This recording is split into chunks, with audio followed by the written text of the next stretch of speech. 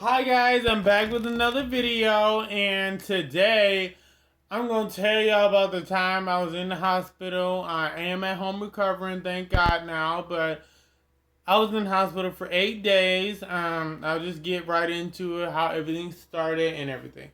So, last Sunday, well, I had a callus on my pinky toe on my left foot. And last Sunday, I hit my foot on the wall when I was going to the bathroom in the middle of the night, and it started bleeding. And I put some gauze I had laying around the house on it, try to cover it up, whatever. So I put gauze on it, and I went back to sleep, and I woke back up to check on it at like 5:45 in the morning. It was still bleeding, so I'm like, shit. I need to go to the ER because this is not gonna stop bleeding. It keeps bleeding. It looks really bad. Like it wouldn't stop bleeding, so I went to the ER. I drove myself to the ER at like fucking 6:15 in the morning, so I got there like 6:45 because it's about 25-30 minute drive, I think. Yeah, I drove myself to the ER. I was in the ER all day long, y'all. When I say all day, I mean like all day. I was there from like 6:45 to like 9:30 at night. They brought me some food while I was in there, and like they hooked me up. They gave me a little lunch tray. They gave me two of them. Fucking, I asked for water 5 times when I was in the ER. Like, can I get a water? Can I get some water? What's going on? Like, they're like, oh, we'll get you some water. Oh, we'll do this. Oh, we'll do that. Okay. You still not getting me water. I had to ask 5 different nurses for a cup of water. Like, it's not like I'm begging y'all. Not like I'm like, can I get water? I need water. Help me, please. Now, like, if I die of dehydration, you're not gonna have to do nothing because you're gonna have to give me water at all. So it's like they would not give me no water, y'all. I'm like, give me some fucking water. So I was in there all day. They took pictures. They did some X-rays, and they finally got me back to my own room in the ER at like 9:30. I was back there. I had a blood pressure cuff on my arm, and anybody knows that they ever had their blood pressure taken before? Like that shit, it squeezes your arm tight as fuck. But they kept it around my arm while I was in the bed, so it would randomly check my blood pressure, and like every 20 minutes, it would squeeze my arm tight as fuck.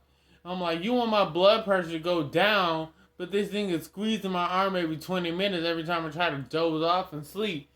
So, like, that first night in the ER, it was fucking terrible. Like, I couldn't sleep. I was throwing up because all the antibiotics. Like, my body ain't ever been used to all these medicine. It was fucking me up. Like, I felt nauseous. My fucking head was hurting. It was a fucking mess the first night. But the next day, Tuesday, I got my own room. I was up there with my mom, just relaxing and watching TV, watching wrestling videos on my phone. Like, I watch a lot of wrestling in the hospital, like Hell in a Cell and shit like that. Like, I just watch and listen to all kinds of music. Like, it's so depressing being in the hospital, but yeah, that's what I did all day. Wednesday was the day of the surgery. I had the surgery at 2 o'clock on Wednesday. And y'all, like, when I had the surgery, it was so fucking crazy. Because, like, it was 2 o'clock. They rolled me downstairs to, like, the lower level. Because I think that's where they do the surgery. I had to write down what they were doing on the paper. I had to say it with my mouth, like, what they're doing. And they kept asking me, like, if I'm allergic to any medications and shit like that. If I ever had anesthesia. No, I never have. This is the first major surgery I've ever had in my life. And, like, after they gave me a whole bunch of medicine before I took it. They gave me medicine for nausea. They gave me medicine for pain. And, like, that fucking medicine. I took, like, 7 different pills. I swear I did. And, like, before surgery, you can't eat nothing. So, from, like, midnight on, I didn't have anything to eat or drink. So, like, I was really hungry. I wanted food so bad. And, like, the hospital food is fucking disgusting. I will tell you that. Like, I didn't have an appetite because the antibiotics fucked my stomach up, and like, the food was nasty too. The only thing that was somewhat good was the grilled cheese and the salad, and like, they didn't even give me enough ranch. But like, I don't care. I'm glad I'm healthy and I'm out now. But I had the surgery. Like I said, They rolled me downstairs, had me fill out the paper, consent to it, because you gotta consent to it. They rolled me in this room, and when they rolled me in the room on the bed I came down on, they told me to scoot over and get on the other bed. And so I scooted over and got on the other bed, and after that, it was lights out.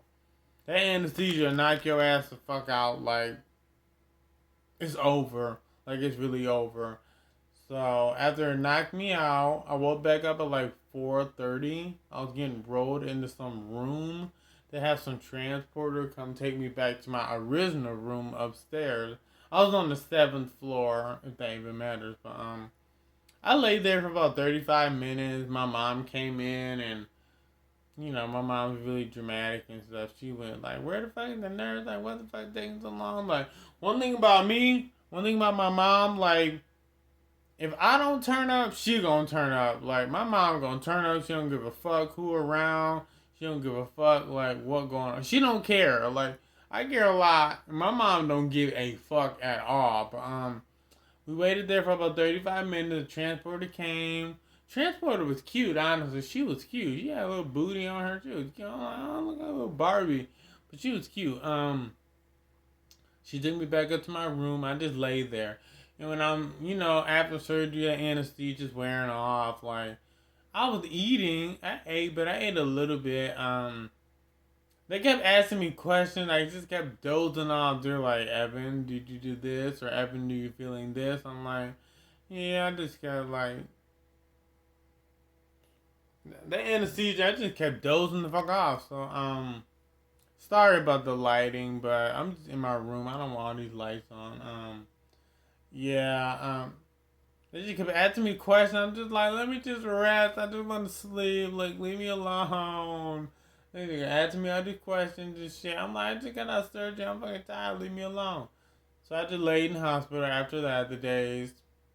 I got out on Tuesday, so Wednesday was the surgery. I didn't get out the hospital until Tuesday afternoon, and my mom wheeled me out on her chair. Like, we didn't want to wait for the transporter because I really wanted to go home. Like, when you in the hospital, like, you just want to go the fuck home. You're like, being away from home makes you appreciate home so much more. I'm just like, I just want to go home, get in my own bed, be in my own space. They got me on this blood pressure medication, and like, I think when I'm able to relax at home, it might go down a little bit. Yeah, so I didn't do nothing for the rest of the time there. My auntie called, asked how I was doing. My cousin called, my brothers came to visit. My brother drove across the country. He from Cali and he's moving to Jersey. He had stopped in Michigan, and when he stopped in Michigan, he stopped to visit me and his kid, of course. But I can't believe he drove all the way across the country. California to New Jersey. I don't think I could do that. I have to fly. But I'm so terrified of heights, and like, I ain't flown on a plane since I was 8 years old. But my brother is a trooper. He drove across the country. He didn't been to Kuwait. He trying to move to Korea. He's in the service, so yeah. But back aside to that, I was just recovering. I'm at home now. I've been home since Tuesday. What's today? Friday. I've been home since Tuesday night. My mom has been a savior through all this. I'm forever grateful for her. I'm so thankful for her. Even in her condition, like, she's on dialysis. She's not doing the greatest health-wise, but she's still here helping me, changing my dressing, cooking for me. She take me to my appointments. I got a doctor's appointment today at 1 o'clock. I got another one on Tuesday with the wound clinic. I pray my insurance covers everything that I need to do. This thing has some other kind of insurance that it's still valid. I'm like, okay, well, whatever covers it and gets me good. But yeah, I'm just recovering now. I've just been at home. I went over my granddad's yesterday. I'm just sitting here watching Let's Make a Deal. Staying off my feet as much as possible. But most of all, I just want to say, please take care of yourself. Please do not ignore your body. If some don't look right, some don't feel right, physically, mentally, emotionally, go get that help. And don't be afraid to get help. Don't be ashamed of needing help, because we all need help somewhere, whether it's physically, mentally. I need help physically. I need help mentally. You got to get your mental health in check, your physical health in check, emotional, everything. Like, do not ignore anything with your body. Like, you need that help. Like, if you need it, go get it. And don't be ashamed. Don't be ashamed. Like, I was talking to the patient support like team member, and like I've been going through a lot before I came to the hospital. So like I was talking to her, and like I just bust out in tears and just start crying because like if y'all don't know, I had a mouth situation before I got in the hospital. I had to get a hotel. I didn't feel comfortable staying here. I had to throw all my food away. Then my jobs were stressing me out. They were constantly calling me, asking me to come in. Like it was just a mess. Like I was really stressed out and going through a lot. And like it's okay to go through stuff and be sad, but like don't be sad forever. Like talk to somebody, whether it's a good friend, a family member, a cousin, dog, God, whoever you talk to. Like go talk to somebody about what you're going through. You don't have to go through what you're going through alone, and you're not the only one that's going through stuff. Like, we all human beings. We all going through stuff. Like, I'm going through shit right now. I got to take 6 weeks off of work from both my jobs. I'm basically broke as fuck. I got like $50. But God gonna make everything work out. But, you know what? Unexpected stuff happen like that. I don't look at it as a roadblock. I'm looking at it as more like a construction zone. Like you gotta slow down while they working, and then when the work is over and the construction zone's over, you can speed back up and continue the way you're going. But like, I'm glad I'm getting taken care of this now. I am still trying to move to Kentucky in March, but March is still a ways away. So I'm thankful for that. I don't want to be on here forever, so thank you so much for watching this video. Hope you guys all have a good day. Please take care of yourself. Do not ignore your body. And thanks again for watching, and I will see you guys in my next one. Oh, sorry.